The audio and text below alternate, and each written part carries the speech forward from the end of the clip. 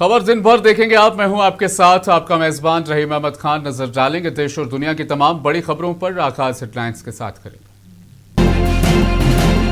Madhya Pradesh assembly इजलास में यकसा civil code bill पेश होगा। वज़ीर आला मोहन यादव का बयान, कहा सबको बराबर के हुकूक मिलने चाहिए।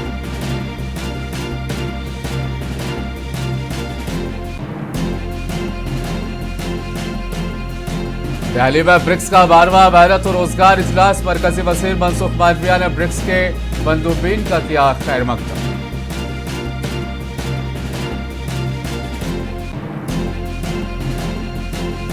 चेन्नई में तमिलनाडु हुकूमत का बजट 2026-27 से कबल प्री बजट मुशावरती इजलास। मुख्तलिफ शोबों से तजावीज़ तलब।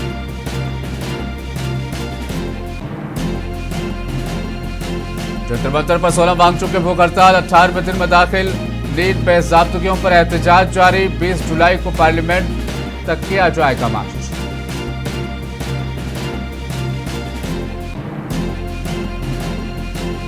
तेलंगाना और दिल्ली में SIR मुहिम में 10 दिनों का हुआ इजाफा। तेलंगाना में 3 अगस्त जबकि दिल्ली में 8 अगस्त तक दाखिल किए जाएंगे SIR के फॉर्म।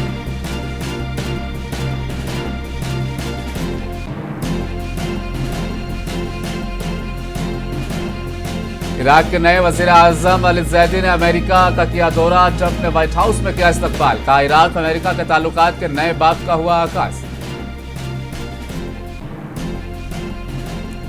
बरतानवी वज़ीर आज़म के स्टारमर का पार्लियामेंट से जज्बाती अलविदा। जानशीन के लिए नेक तमन्नाओं का इजहार। कहा वो मुल्क को पहले से बेहतर हालत में छोड़ रहे हैं।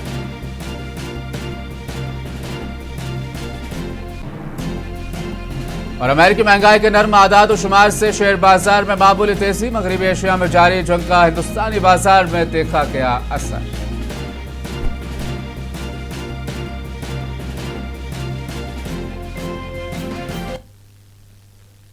मध्य प्रदेश के CM डॉक्टर मोहन यादव ने कहा कि उनकी हुकूमत आइंदा असेंबली इजलास में यकसा सिविल कोड से मुतालिक बिल पेश करने का इरादा रखती है। इंदौर में जलसे से खिताब करते हुए मोहन यादव ने कहा अगर रामचंद्र एक ही शादी करता है तो फिर रहीम से भी यही तवक्को की जाती है कि वो एक ही शादी करे।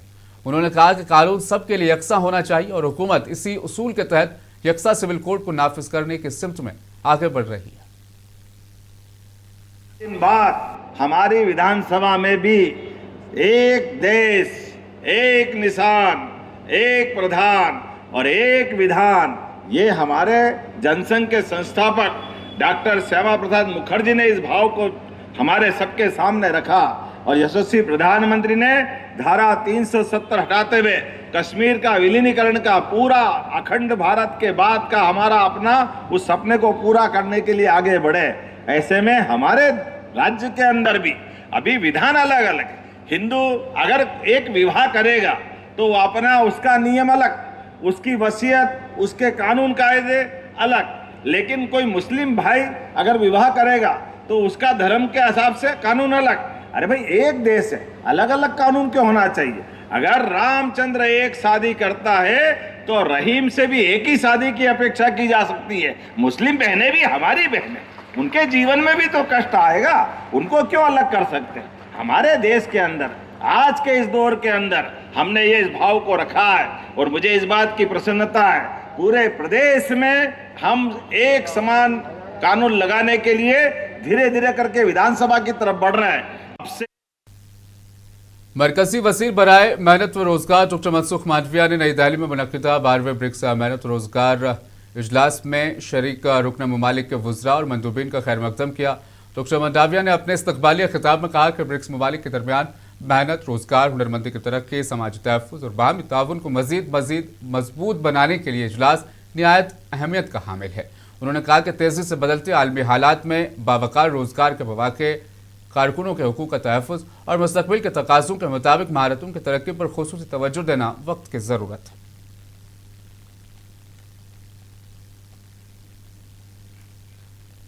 तमिलनाडु हुकूमत ने माली साल 2026-27 के बजट को हतमी शक्ल देने से कबल प्री बजट मुशावरती इजलास मुनक़िद किया। चेन्नई में मुनक़िदा इजलास में मुख्तलिफ शोबों के माहिरीन, सनतकारों, तिजारती तंजीमों, माहिरीन माशियात और दीगर मुतल्लका फरीकों ने शिरकत की। इजलास का मकसद आइंदा बजट की तैयारी से कबल मुख्तलिफ तबक़ात की आरा और तजावीज़ हासिल करना था कि अवाम दोस्त और तरक्की पर मबनी बजट तैयार किया जा सके। शुरका ने रोजगार, सनअत, ज़राअत, बुनियादी ढांचे, तालीम, सेहत और समाजी बहबूद समेत मुख्तलिफ शोबों से मुतल्लिक अपनी तजावीज़ हुकूमत के सामने पेश की। रियासती हुकूमत ने कहा कि मौसूल होने वाली तजावीज़ का जायज़ा लेने के बाद माली साल 26-27 के बजट को हतमी शक्ल दी जाएगी ताकि रियासत की माशी तरक्की को मज़ीद फ़रोग़ दिया जा सके और अवाम की ज़रूरियात को मौसर अंदाज पर पूरा किया जा सके।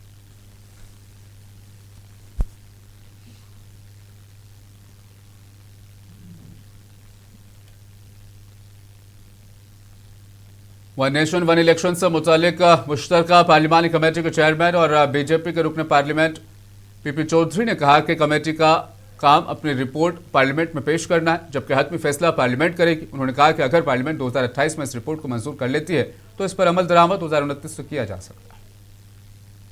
देखिए, वन नेशन वन इलेक्शन का हमारा काम है पार्लियामेंट को रिपोर्ट देना, बिल को एग्जामिन करना और हमारी रिकमेंडेशन पार्लियामेंट को देना। ये पार्लियामेंट का काम है। अगर पार्लियामेंट 2028 में एक्सेप्ट कर लेती है तो 2029 से वन नेशन वन इलेक्शन लागू हो जाएगा। स्वीकार करने के बाद में तो कोई रखने का कोई तुक ही नहीं।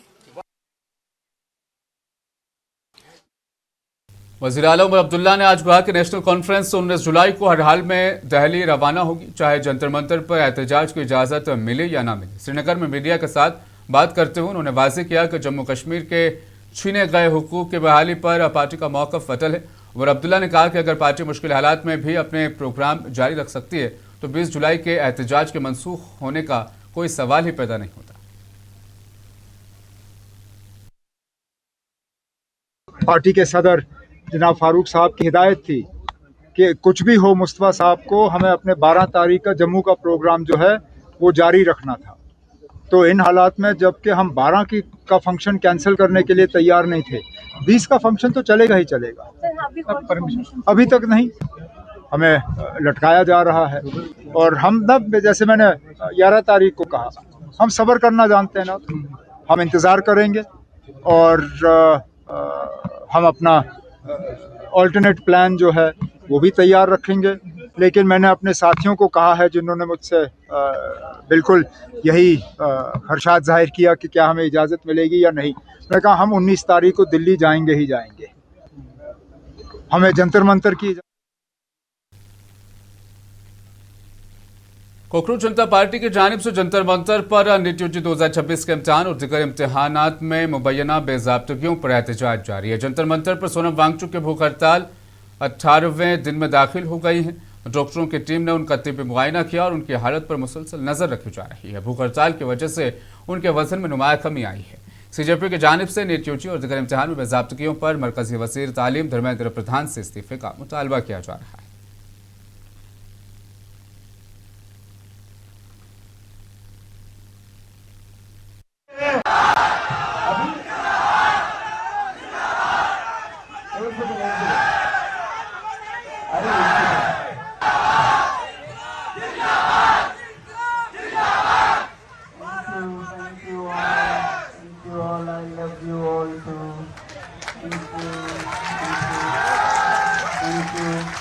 I am strong with half my muscles. Thank you. I'm strong with height. Thank you very much. Election commission of India ने दिल्ली में इंतखाबी फैसलों के खुसूसी जामे नसरसानी के शेड्यूल में 12 दिन की तोसी कर दी। इसके मुताबिक वोटर लिस्ट का मुसव्वदा अब 5 अगस्त के बजाय 17 अगस्त को जारी किया जाएगा, जबकि हतमी इंतखाबी फहरिस्त 29 अक्टूबर को शाया की जाएगी। 19 अक्टूबर को नजरसानी शुदा शेड्यूल के मुताबिक बूथ लेवल अफसरान की जानिब से घर घर जाकर वोटरों की तस्दीक का अमल अब 8 अगस्त तक जारी रहेगा, जो पहले 29 जुलाई तक मुकम्मल होना था। यह मुहिम 30 जून से दिल्ली भर में जारी है। नए शेड्यूल के मुताबिक 17 अगस्त से 16 सितंबर तक वोटर फहरिस्त से मुतालिक दावे और एतराज़ात भी जमा कराए जा सकेंगे, जिसके बाद ज़रूरी कार्रवाई मुकम्मल करके 19 अक्टूबर को हतमी इंतखाबी फहरिस्त जारी की जाएगी।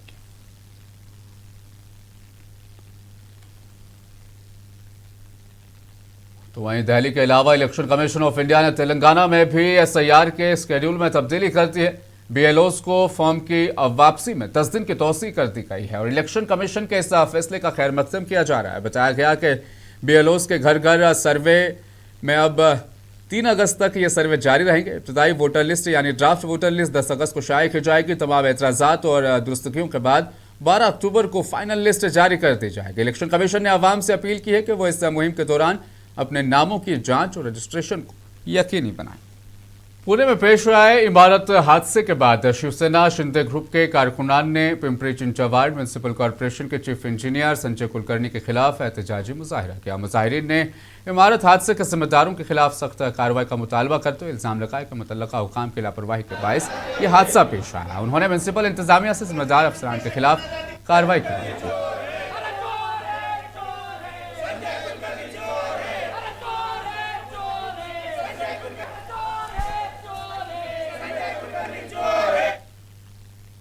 राम मंदिर के चंदे में मुबैना चोरी के मामले पर योगा गुरु बाबा रामदेव ने सख्त रद्दअमल जाहिर करते हुए कहा कि इस वाक़े में मुलविस अफराद को कानून के मुताबिक सख्त से सख्त सजा दी जानी चाहिए। बाबा रामदेव ने कहा कि मजहबी मकामात और अवामी एतमाद से वाबस्ता फंड्स में किसी भी किस्म की बदनवानी या खुर्दबुर्द नाकाबिल कबूल है।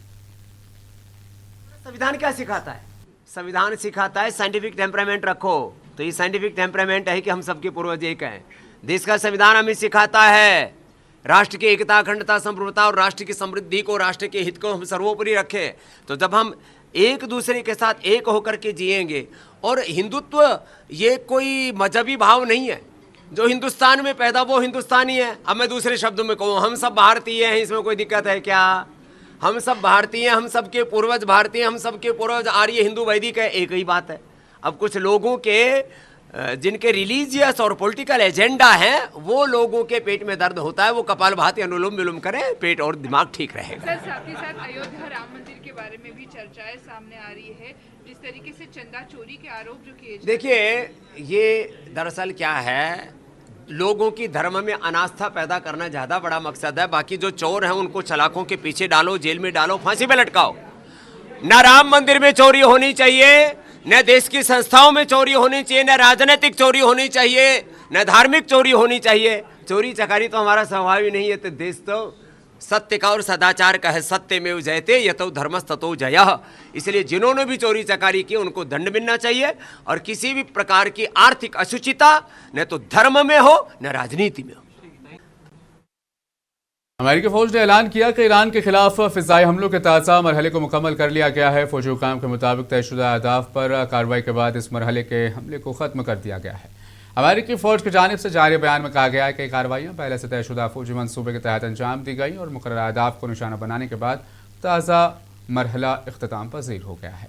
दूसरी जानिब ईरान की जानिब से फौरी तौर पर उस अमेरिकी बयान पर कोई बाज़ाब्ता रद्दअमल सामने नहीं आया। खित्ते में जारी कशीदगी के बायस आलमी बिरादरी सूरत हाल पर गहरी नजर रखे हुए हैं।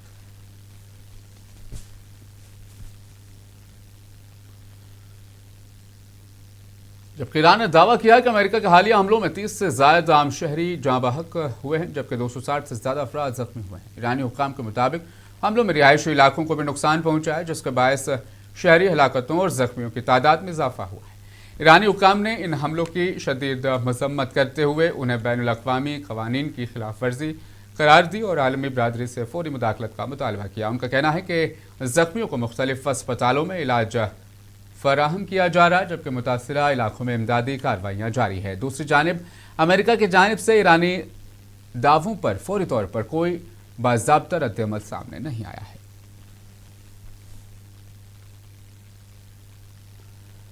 अमेरिका में रिपब्लिकन और डेमोक्रेटिक जमातों के अरकान सीनेट के एक प्रोग्राम ने एक मुश्तरका बिल पेश किया, जिसमें रूस से तेल खरीदने वाले भारत, चीन, स्लोवाकिया, हंगरी, अजरबैजान पर 100% तक दरामदी टैरिफ आयद करने की तजवीज़ दी गई है। रिपब्लिकन सेंटरलैंड से ग्राहम की पहल पर तैयार किए गए इस बिल में रूस से गैस दरामद करने वाले 15 यूरोपीय ममालिक को भी टैरिफ के इस दायरे से मुस्तस्ना रखा गया है।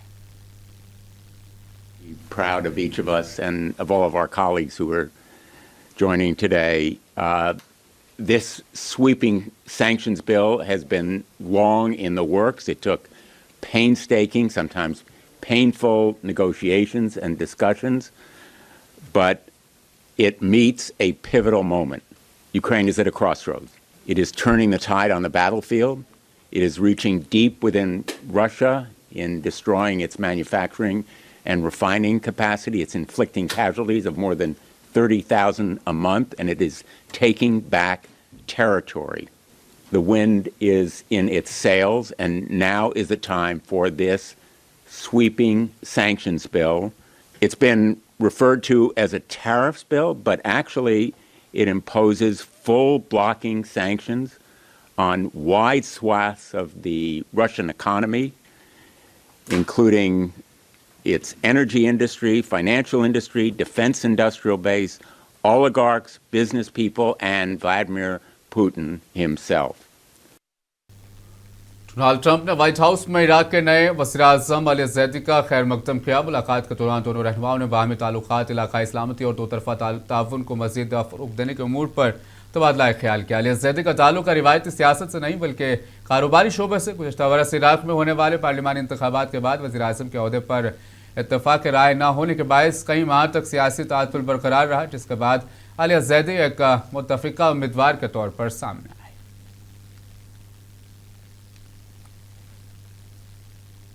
He's been a great fighter and he's been a great fan of America.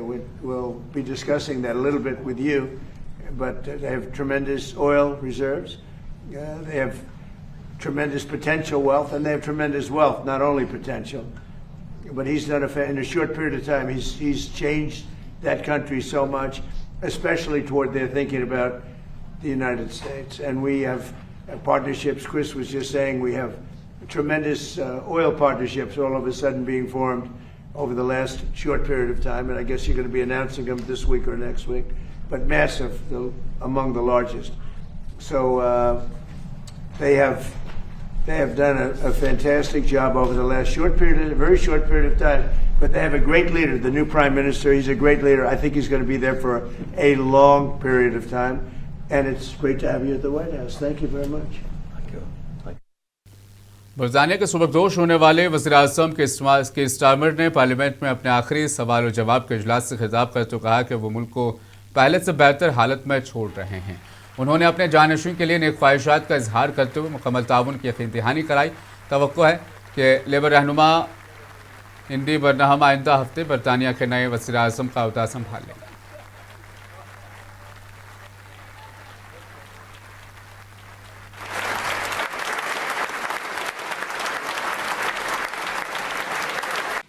Every Prime Minister knows when they take up the torch that the day will come when they have to pass it on. That day has come for me. This is the end of my political journey. In 6 years, went from historic defeat in 2019 to historic victory in 2024. And in 2 years in government, I leave the country in better shape than I found it. I am proud of everything that we have achieved.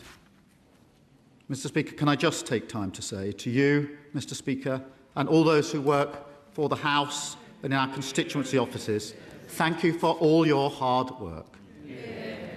To our civil service, thank you also for all your hard work. To my political team, many of them here today, who came on this journey with me, thank you so much for everything you have done and being prepared to walk through fire for me. To my colleagues on these benches, I am proud of all we have achieved together and proud of each and every one of you. To my successor and each of you, I will give my full support. To all colleagues across the House, can I wish... बरतानिया के high commissioner Linda Cameroon ने भारत और बरतानिया के दरमियान तय पाए जाने वाले आज़ाद तिजारती मुआहदे को मुआहदों का नया गोल्ड स्टैंडर्ड करार दिया। उन्होंने कहा कि मुआहदा दोनों मुमालिक के दरमियान इक़्तिसादी ताल्लुकात को मज़ीद मजबूत बनाएगा और बाहमी तरक्की के लिए नए मौक़े पैदा करेगा। So the UK-India FTA is the new gold standard of trade deals, pro-worker, pro-innovation and pro-growth. It's a force multiplier and a template for future trade agreements, as I believe Minister Goyal himself described the deal. The UK-India FTA is also the biggest and the most ambitious modern free trade agreement to enter into force to date for both of our countries. It's the quickest turnaround for the UK, bringing a new deal into force following signature, and I'm particularly proud of that, of course, having been at the signature moment last year in checkers whenever Prime Minister Modi and Prime Minister Starmer watched their trade ministers signing the deal. It's the first ever comprehensive deal by India to come into effect, and it's got 30 chapters covering goods, services, procurement and beyond, with wide-ranging benefits for businesses of all sizes. And again, I'm particularly proud of the benefits for MSMEs as well. Share बाजार में उतार चढ़ाव के बावजूद बुध के रोज सरमायाकारों को मामूली राहत मिली। बैंकिंग शेयरों में खरीदारी और अमेरिका में तवक्को से कम महंगाई के आदादोशुमार ने मार्केट को सहारा दिया। तमाम अमेरिका और ईरान के दरमियान बढ़ती हुई कशीदगी ने सरमायाकारों के एतमाद को मुतासर किया और कारोबार के आखिरी मरहले में मुनाफाखोरी देखी गई। इस हवाले से आप देखिए ये तफसीली रिपोर्ट। मुझे दीजिए इजाजत, बने रहें मुंसिफ टीवी के साथ। मुंबई स्टॉक एक्सचेंज का हसास इंडेक्स सेंसेक्स 130.49 पॉइंट्स के इजाफे के साथ 77,185.43 पर बंद हुआ, जबकि नेशनल स्टॉक एक्सचेंज का निफ्टी 26.45 पॉइंट्स चढ़कर 24,078.50 पर बंद हुआ। कारोबार के दौरान बैंकिंग और मालियाती शोबे के शेयरों में मजबूत खरीदारी देखी गई। State Bank of India, Bajaj Finance, UltraTech Cement, Asian Paints, InterGlobe Aviation और इंटरनल नुमाया फायदा दिखाने वाले शेयर्स में शामिल रहे, जबकि पावर ग्रिड, लार्सन एंड बोड्रो, टाटा स्टील और इन्फोसिस के शेयरों में कमजोरी देखी गई। मार्केट माहिरीन के मुताबिक अमेरिका में महंगाई की शरह तवक्को से कम रहने के बाद ये उम्मीद पैदा हुई कि अमेरिकी फेडरल रिजर्व आइंदा महीनों में शरह सूद के मामले में नरम रवैया इख्तियार कर सकता है, जिससे आलमी मंडियों को सहारा मिला। ताहम अमेरिका और ईरान के दरमियान बढ़ती हुई कशीदगी, खाम तेल की बुलंद कीमतें और आलमी महंगाई के खदशात ने सरमायाकारों को मोहतात रखा। There was some profit booking in the IT sector.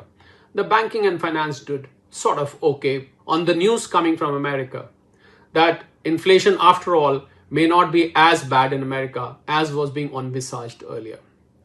But the rest of the factors which are currently driving the markets are very much intact. A very active war in West Asia continues. The market cannot be thriving when the missiles are flying around. अमेरिकी महंगाई के आदाद और शुमार से banking और finance sector को सहारा मिला है, लेकिन मगरबी एशिया में जारी जंग, खाम तेल की कीमतें और आलमी महंगाई के खदशात अब भी बाजार पर दबाव डाल रहे हैं।